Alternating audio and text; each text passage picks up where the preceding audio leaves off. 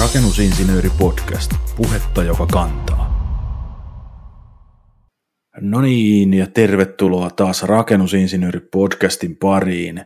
Ja minä olen Timo Sormunen ja meillä on täällä tänään myös Miika Riihimäki keskustelemassa osakasmuutoksista.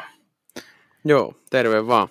Terve vaan Miikallekin. Ja meillä on nyt tässä ajatuksena sitten Miikan kanssa kaksin tämmöinen osakasmuutossarja, jossa sitten käydään läpi näitä tyypillisiä osakasmuutoksiin, osakasremontteihin tehtävä yksittäisen huoneiston remonttiin liittyviä asioita ja tässä ajatuksena nyt on sillä tavalla, että käsitellään sitten laajempana kokonaisuutena tätä yhden huoneiston, mitä kaikkia remontteja siellä huoneistossa sitten voidaan tehdä ja minkälaisia asioita olisi hyvä ottaa sitten huomioon myös näissä. Ja sitten siellä loppupuolella mennään märkätiloihin, niin siellä sitten enemmän case-tyyppisesti ajateltiin ottaa näitä vähän niin kuin tämmöisiä havaintoja ja virheitä, mitä oikeastaan sitten niissä märkätiloissa on tehty, niin tässä jaksossa on kyllä luvassa sitten sekä teknistä osuutta ja tämän lisäksi sitten ihan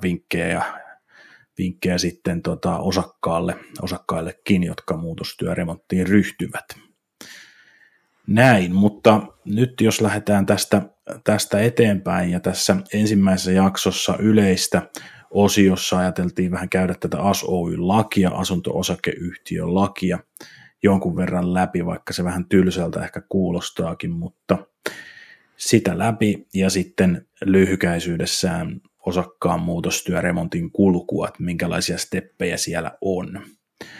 Okei, lähdetään ensin tähän lakipuoleen. Miika, mitäs mieltä, minkälaisia asioita tästä herää, semmoisia pääpointteja? Lakihan on tietysti pitkä ja siellä on kaiken näköistä, mutta otetaan nyt tämmöisiä pääpointteja tähän liittyen osakasmuutokseen. Joo, tosiaan tätä asunto-osakeyhtiön lakihan määrittelee, että asunto-osakeyhtiö ja se osakkaiden oikeuksia ja velvollisuuksia ja myöskin sitten vastuuta. Joo. Ja lähinnä sitten siltä pohjalta oli ajatus nyt keskustella. Toki, niin kuin sanoin, siellä on osakkaiden vastuita määritetty, taloyhtiön vastuuta, mikä kuuluu taloyhtiön vastuulle, mikä osakkaan vastuulle.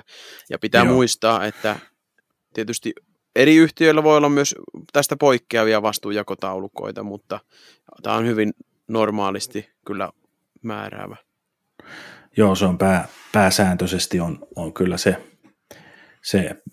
vastuunjakotaulukko, mikä AS-Oy-lakiin on kirjattu, niin se on aina yleensä sama kaikilla, mutta joissakin erikoistapauksissa sitten voi taloyhtiö olla yhtiökokouksella vahvistanut sinne jotain poikkeuksia eri vastuista sitten, mutta jos mennään ihan tähän että mikä itse asiassa sen osakkaan vastuulla on. Joo, osakkaan vastuulla on pääpiirteettä, voisi näin yksinkertaista ja ajatella, että ne huoneiston sisäosat, mitä näkee näin paljain silmi. Toki pois lukien sitten tämmöiset talotekniset järjestelmät ja laitteet. Niin kuin hanat ja WC-keittiöhanat ja tämmöiset, jotka kuitenkin näkyy, joo. Mutta toi on hyvä määritelmä toi, että kun sä tuut huoneeseen sisään tai asuntoon sisälle, niin se huoneiston sisällä olevat kaikki näkyvät asiat on periaatteessa sen osakkaan vastuulla. Kyllä, joo, sitä voi sitten kaikkia näitä yksityiskohtia voi tarkemmin tutustua. Netissä löytyy tämmöisiä ihan hyviä taulukkomuotojakin sitten. Mutta vastuunjakotaulukosta puhutaan tässä kohtaa, joo. Kyllä. Mutta käytännössä niin kuin lattiapäälyste, seinäpinnotteet, tapetit, maalit, tämmöiset, ne on osakkaan vastuulla. Kyllä. No mitäs sitten osakkaalla on myös tämmöinen ilmoitusvelvollisuus sitten, jos siellä se havaitsee jotain. Mitäs tästä voitaisiin kertoa? No joo, tietysti se, että jos ajatellaan, että osakas havaitsee yhtiölle kuuluvassa rakenteessa tai asioita viallisia, oli se sitten rikkinäinen hana tai joku muu, niin osakkeen olisi tällainen ilmoitusvelvollisuus siitä, että tietysti se yhtiö ei muuten ole mahdollistakaan, että havaitsee niitä vikoja. Joo. Niin se täytyy muistaa, että osakas on velvollinen ilmoittamaan. Jos se havaitsee jotain siellä. Havaitsee vaikka, että nyt toi hana vuotaa tai joku putki tiputtaa vettä sinne, niin jos ei se ilmoita siitä ollenkaan, tai heti kun on kohtuullisen ajan, tai heti kun se on havainnut siitä, niin sen pitäisi heti sitten ilmoittaa, ja jos ei se sitä ilmoita, niin silloin se voi koitua sitten osakkaan syyksi tämä asia. Joo, se on ihan totta, ja esimerkkinä nyt voisi olla vaikka tämmöinen lattiakaivon puhdistus, että jos osakas nyt sitä sitten laiminlyö sen puhdistuksen sitten, ja sitten se tukkeutuu vaikka. Joo, ja sitten tämän tukkeutumisen takia syntyy vesivahinko, niin osakashan voisi myöskin siitä joutua sitten korvausvelvollisuuksi. Niin. Joo.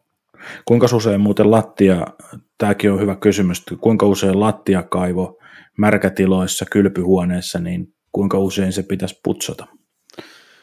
No joo, se on tosi riippuvainen tietysti siitä, minkälaista käyttöä, mutta kyllä se karkea nyrkkisääntö on, että joku 3-4 kertaa vuodessa se olisi hyvä puhistaa. Joo, kyllä. Ja sitten jos on niin pitkähiuksisempaa porukkaa asunnossa, niin silloin voisi olla useamminkin. Että, niin, kyllä. se on ihan just näin, että se on niin käytöstä kiinni. Niin kuin on. Joo, joskus se näkee kyllä semmoisia, että ne on ihan lattiakaivot liimautunut umpeen, kun ei niitä ole puhistettu ollenkaan. Että. Joo, kyllä. Okei, mutta jos mennään vielä eteenpäin tuossa AS-Oy-laissa, asunto-osakeyhtiölaissa, eli mennään tähän muutostyöasiaan, niin osakkeen omistajallahan on lähtökohtaisesti oikeus tehdä muutostyötä kyllä siinä huoneistossa. Joo. Näin se on määritelty siellä. Niin, ja sitten tämä muutostyö tai muutos pitää olla kuitenkin niin kuin sitten sillä tavalla, että se on tässä yhtiöjärjestyksessä määrätyn osakehuoneiston käyttötarkoituksen mukainen eli se ei voi niin kuin asuinhuoneistosta yhtäkkiä muuttaa vaikka liiketilaksi tätä että siihen vaaditaan sitten muita lupia ja viranomaislupaakin, mutta yhteenvetona. Kyllä, ja sitten täytyy muistaa sekin, että osakkailla on niin kuin tasavertaisuus, eli kaikilla pitää olla yhtäläiset mahdollisuudet siihen, sikäli että siellä ei voi niin kuin yksi tehdä semmoista, joka sitten haittaa muita niin sanotusti. Joo, kaikilla pitää olla yhdenvertainen mahdollisuus tehdä vähän niin kuin samantyyppinen remontti tai samantyyppinen asia. Kyllä. Osakkaita ei saa asettaa eriarvoiseen asemaan. Joo. Ja tietysti sitten peruslähtökohtana on aina, että osakkeen omistajan on huolehdittava siitä, että se muutostyö tehdään niin kuin hyvän rakennustavan ja määräystojen mukaisesti, ja näin nämä on tietysti niin kuin peruslähtökohtia ja olettamuksia siellä. Kyllä, juuri näin. Joo, no sitten mennään vähän eteenpäin siinä muutostyöasiassa, niin osakkeen omistajan pitää tehdä tämmöinen muutostyöilmoitus, ja kirjallisena sitten, ja yhtiö sen sitten käsittelee, ja yhtiö voi sitten joko hylätä tai hyväksyä tämän muutostyön sitten, ja kyllä. Tästä lähdetään sitten eteenpäin. Joo, se on tuo on tärkeää, että tehdään se muutostyöilmoitus. Niitä jonkun verran tulee tämmöisiä, että on tehty muutoksia. Sitten kun yhtiösaneeraus on, niin siellä paljastuu nämä niin sanotusti ilmoittamattomat keittiö- ja märkätilasaneeraukset. Ja taloyhtiöllähän on myös oikeus valvoa tätä osakkaan muutostyötä, ja sen jälkeen kun siitä tehdään ilmoitus, niin tämä taloyhtiö tietää vaatia sitä valvojan asettamista siihen hankkeeseen. Joo, ja sitten sen muutostyöilmoituksen mukaan vähän minkä tyyppinen se muutostyö on, niin sitten taloyhtiön isännöitsijä ja ehkä sitten se tekninen isännöitsijä, niillä on hyvä kontaktiverkosto, niin ne voi sitten valita vähän, että minkä tyyppinen valvoja tähän hankkeeseen olisi hyvä ottaa, että tälläkin voidaan niin kuin sitä asiaa sitten lähestyä, että saadaan sinne hyvä valvonta. No joo, sitten tämä valvonta, niin tämähän on tietenkin sitten asunto-osakeyhtiön lain mukaan. Tämä valvonnan kustannus kuuluu sitten tälle osakkaalle. Eli osakas vastaa näistä kohtuullisista kustannuksista, sanotaanko näin, että se täytyy olla myös kohtuullinen se valvonnan kustannus, se ei voi velottaa mitä tahansa. Joo, sitten tämmöinen asia, mikä tulee aika monta kertaa vastaan, ja tämäkin on aika yksikäsitteisesti sanottu tuolla asunto-osakeyhtiölaissa, mitenkä menetellään. Eli on tämmöinen tilanne, että osakas tekee jonkunlaisen oman osakasmuutoksen ja remontin, ja se laittaa sitten ajatellaan vaikka kylpyhuonetta, ja siellä kylpyhuoneessa on taloyhtiön perustason mukaan joku tietynlainen, siellä on vaikka muovimatto lattiassa, muovimatto seinässä esimerkiksi, ja osakas haluaa sitten laatotuksen sinne ja ostaa kalliit laatat, erikoislaatat, hienot hanat, hienot suihkut, muut vastaavat, ehkä lisää sinne vähän kaapistoja ja muuta.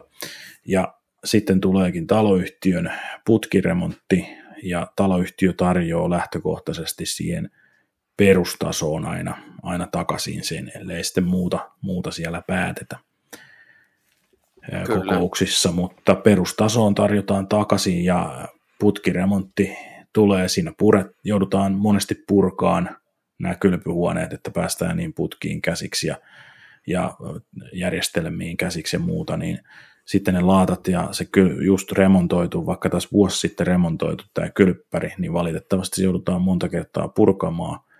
Sitten tehdään uudet putkistot, uudet viemäröinnit. Ja taloyhtiö tarjoaa takaisin siihen perustasoon, eli muovimatto lattian, muovimatto seinälle, jos näin on niin kuin päätetty. No tänä päivänä tietysti muovimattoa monta kertaa jo vaihdetaan niin kuin perustason laatotukseksi siihen halvimpaan mahdolliseen laatotukseen alkaa olla hinnat varmaan aika lailla samassa mutta näin karrikoidusti. Eli se isompi, hienompi laatta, hienommat hanat, hienommat WC-istuimet, kaapistot, muut, mitkä sinne on osakas aikanaan siinä omassa remontissa tehnyt, niin ne jää sitten osakkaalle taas maksettavaksi uudestaan, mikäli hän haluaa ne sinne. Kyllä, vastaavat samanlaiset, jos haluaa, niin joo. Se on näin, ja huomattavaa myöskin tuo, että se perustaso voi muuttua, jos siitä tehdään erikseen päätös tai jossain peruskorjauksessa. Joo, mutta tämä on niin hyvä tiedostaa, että aina kun teet siellä omassa osakehuoneistossa remonttia, niin huomioi vähän sitä, että jos siellä on putkiremontti tekemättä ja sä teet hienon kylppärirempan siihen, niin sitten se saattaa olla se putkiremontin tilanne se, että siellä tuodaankin siihen halvimpaan perustasoon takaisin ja sä joudut taas kustantaa sitten sitä Kyllä. sen erotuksen, jos haluat yhtä hienon mitä sulla, jos sulla oli niin kuin huomattavasti kalliimpi tai hienommilla varusteluilla kuin tämä perustaso niin sanotusti on. Joo, tämä tulee monesti yllätyksenä osakkaille sitten siinä saneerauksen päätettäessä tai sitten huonoimmillaan toteutusvaiheessa, ja tietysti aiheuttaa aina semmoista kitkaa, koska tämä ei välttämättä ole niinku perusasujan tiedossa, ja ei sillä lailla osaa, se tuntuu väärältä, että siellä on uudet laatat seinissä ja on kalliit laatat, ja nyt sitten yhtiön niin sanotusti kunnossapion takia ne joudutaan repimään pois. Joo, ja hyvä muistaa, että tämä ei pelkästään koske niin kuin sitä putkiremonttia, tähän koskee kaikkia muitakin remontteja sitten. Että se on ihan totta. Että pätee ihan missä tahansa. Plus sitten täytyy vielä muistaa se, että jos meillä tulee vesivahinko, eli voi olla sellainen tilanne, että mä oon teettänyt siihen mun omaan kylppäriin, märkätilaan, ostanut hienot laatotukset ja satsannut siihen oikein paljon, laittanut viimeisen päälle pinnat, ja sitten tuleekin ylemmässä kämpässä vesivahinko, ja sieltä valuu vedet sitten läpi, ja kaikki. Kyllä. Siellä on, mun kylppäri on ympäri rakenteet märkänä, ja joudutaan purkaa ne rakenteet, me saadaan kuivattua ne, kenties vaihtaa siellä jotain rakenteita, niin tässäkin tapauksessa taloyhtiö korvaa siihen perustasoon asti takaisin. Ja se voi olla, että mä olin saanut sen oman remonttini valmiiksi kuukausi sitten, ja sattuikin yläkerran kämpässä tämmöinen vesivahinko. Ja tulikin tätä kautta sitten taas tulee tilanne, että mä oon kertaalleen maksanut hienon kylppärin sinne omilla rahoilla, satsannut siihen vähän enemmän Mutta sitten kävikin näin. Ja taloyhtiö tarjoaa aina perustasoa. Tämä on hyvä muistaa sillä lailla, että tästä tosiaan on aika vähän ihmisillä ymmärrystä tai tietoa. Joo, näin se on, että se ei aina tunnu eikä olekaan välttämättä reilua, mutta se on lakiin kirjattu, että näin, niin sen mukaan on toimittava. Myöskin sitten esimerkkinä nyt, vaikka olisi tämmöinen kattoikkuna ja tehdään vesikattosaneeraus, Joo. niin siihen kattoikkunaan liittyvät kaikki uusimiset ja siitä aiheutuvat tämmöiset lisätyöt, niin ne kuuluu osakkaalle. Ja vaikka se olisi niin, että se osakas ei välttämättä tiedä, että se on edes tämmöinen osakasmuutos, koska se voi olla edellisen asukkaan tekemä. Että se niin kuin yltää myös seuraavalle tavallaan osakkeen omistajalle. Kyllä. Joo, tästä olisi vaikka kuinka paljon esimerkkejä näistä. Sama koskee salaojen saneerauksia rivitaloissa, että joku on tehnyt sen hienon terassin, saanut siihen luvan ja on tehnyt siihen hienon lasitetun terassin sinne takapihalle, niin ensi vuonna tuleekin salaojen saneeraus ja sitten, että me saadaan ne putkistot sinne asennettua, niin se rivitalon takapihan terassi, niin se on pakko purkaa pois ja tästä aiheutuu vääjäämättä sitten kustannuksia, ja ne kustannukset on tässä tapauksessa sen kyseisen osakkeen omistajan maksettava. Kyllä, juuri näin. Jees, hyvä. Tässä oli nyt vähän tätä lyhykäisyydessään tätä lainsäädäntöasiaa. Se tietysti on pitkä ja siellä asunto-osakeyhtiölaki on aina se pohjalla, mistä lähdetään liikenteeseen, mutta näissä asioissa kannattaa aina olla sitten yhteydessä sinne isännöintitoimistoon ja isännöitsijään, ja sieltä saa sitten kyllä vinkkejä ja lisäohjeita asiassa eteenpäin, että jos on haaveilemassa jonkunlaista remonttia, niin sitten ottaa yhteyttä isännöitsijään ja saa sieltä ohjeet, että ylipäänsä vähän suuntavinkkejä, miten lähdetään eteenpäin. Mutta jos mennään tässä meidän jaksossa sen verran eteenpäin, että mennäänkin nyt tämmöinen step by step ajattelu tämmöiseen osakasmuutostyön kulkuun tai osakasmuutosremonttiin, siihen osakkeenomistajan oman huoneiston tekemään yksittäiseen huoneistoremonttiin. Ja mennään tämmöinen ihan listaus läpi, että missä järjestyksessä suurin piirtein mitäkin asioita tehdään. Toki näihin liittyy tietysti paljon kaiken näköistä muutakin variaatiota, mutta tehdään tämmöinen yksinkertainen listaus, niin jää jonkunlainen muistilista sitten, että mitenkä tämä asia oikeastaan voisi mennä maaliin. Joo, tietysti aivan ensimmäiseksi se osakkaan pitää suunnitella se remontti huolella ja kysyä tarjouksia paikallisilta tai asiallisilta yrityksiltä ja saada se ajatus, että mitä ollaan tekemässä. Joo, ja, kokonaisuus sitten. Niin, ja siinä vaiheessa myöskin voi olla kysellä isännöitsijältä ja vähän alustavasti, että ollaan tämmöistä, että kuinka tässä nyt toimitaan. Niin, onko tässä mitään erikoista, tarvitaanko, onko tämmöiseen yleensä annettu lupa ja näin poispäin, voi jo tunnustella sitä asiaa vähän. Kyllä. Pääsee oikealle jäljelle siinä sitten. Joo. Sitten tietysti seuraava vaihe on se, että tehdään kirjallinen muutostyöilmoitus hyvissä ajoin etukäteen siitä taloyhtiölle. Ja yleensähän näissä on sitten monella isännöintitoimistoilla ja taloyhtiöillä on niin kuin valmiita lomakkeita, mikä sitten täytellään, että siinäkään ei tarvitse mennä sormi suuhun, vaan kysyy sieltä isännöintiliikkeestä, niin sieltä yleensä sitten saa. Ja taitaa olla monilla jo sähköisiäkin näitä, että ei voi netistäkin täyttää. Joo, juuri näin. No joo, mitäs tässä muutostyöilmoituksessa sitten mitäs kaikkia asioita siinä nyt sitten pitäisi esittää ja huomioida? Joo, siinä on hyvä tietysti se kokonaisuus käydä läpi, että mitä ollaan tekemässä, kuka tekee. Joo. Ja myöskin sitten luonnollisesti suunnitelmat ja pitää varmistaa tämä luvanvaraisuus, että pitääkö tälle hankkeelle hakea lupaa. Niin kuin rakennuslupaa jo. Ja tässä täytyy muistaa niin kuin eriyttää kaksi asiaa, eli taloyhtiön oma lupa ylipäänsä tälle minkä tahansa muutostyön tekemiselle on oma asiansa, ja sitten jos se onkin se remontti tai muutos onkin sen verran laaja tai koskettaa sitten niin kuin tiettyjä asioita, niin silloin saattaa olla näin, että myös niin kuin rakennuslupa sitten, joku viranomaislupa Kyllä, joo, juuri tarvitaan. Niin. Eli vaikka voitaisiin ajatella näin, että muutetaan jotakin jonkun tilan käyttötarkoitusta, vaikka voisi tulla tällainen mieleen, tai puretaan kantavaa rakennetta, muutetaan kantavaa rakennetta, eli aina kun liittyy terveellisyyteen tai turvallisuuteen, niin silloin yleensä aina automaattisesti se on niin kuin rakennusluvan varainen toimenpide. Ja ne on sitten isompia ja laajempia kokonaisuuksia. Me ei ehkä tässä osiossa nyt ainakaan tänään mennä siihen rakennusluvan alle.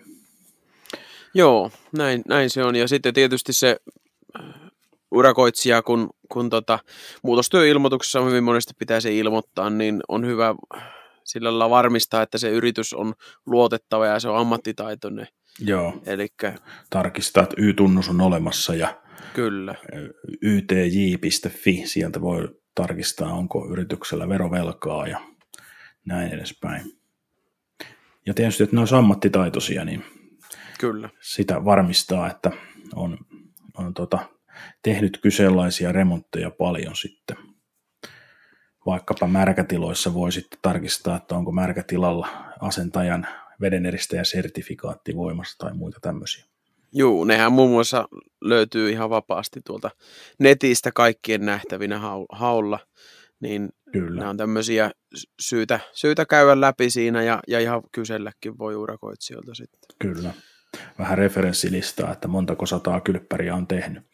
Joo. Hyvä. Sitten tämän kirjallisen muutostyöilmoituksen jälkeen, niin sitten se lähtee sen taloyhtiöön ja taloyhtiön sitten isännöitsijän johdolla ja hallituksen johdolla sitten yhtiö käsittelee tämän luvan sitten ja sitten mahdollisesti myöntää tämän luvan tai sitten voi myös kieltää se, jos siinä havaitaan sellaisia kohtia, että nämä ei ole niin kuin käy taloyhtiön maailmassa. Kyllä.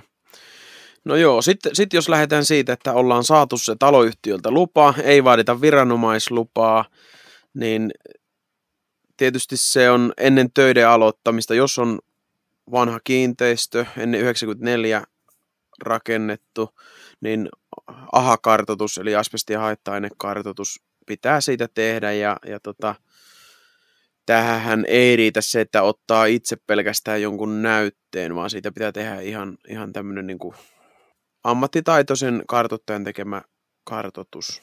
Joo, näihinkin löytyy sitten asbesti- ja haitta-ainekartoittajan sertifikaatteja, Kyllä.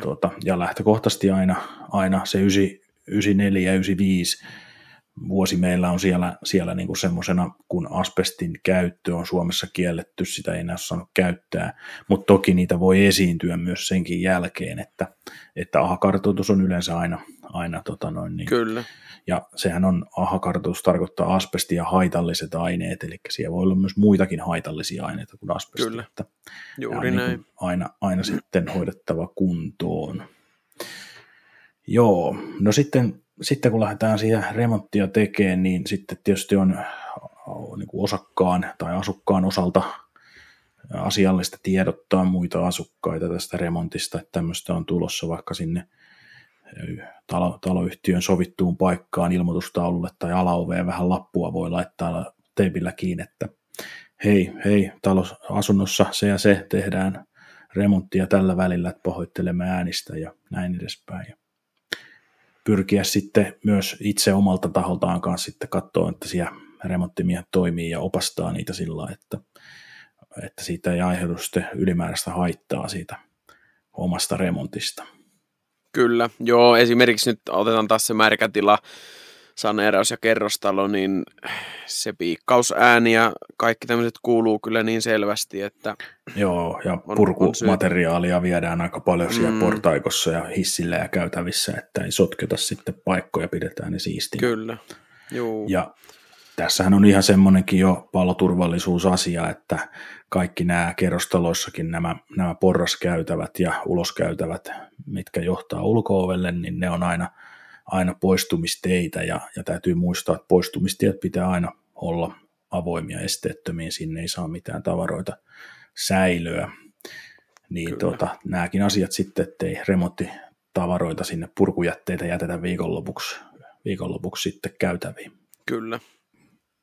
Joo, siinä mentiin jo vähän toteutukseen, mutta töiden aluksi tietysti pitää tämmöinen aloituskatselmus ja siihen osakkeenomistajan lisäksi hyvä olla paikalla urakoitsijat ja valvoja ja siinä myös käydä näitä urakan yleisiä asioita ja mitä tarkastetaan ja yhteisiä pelisääntöjä läpi.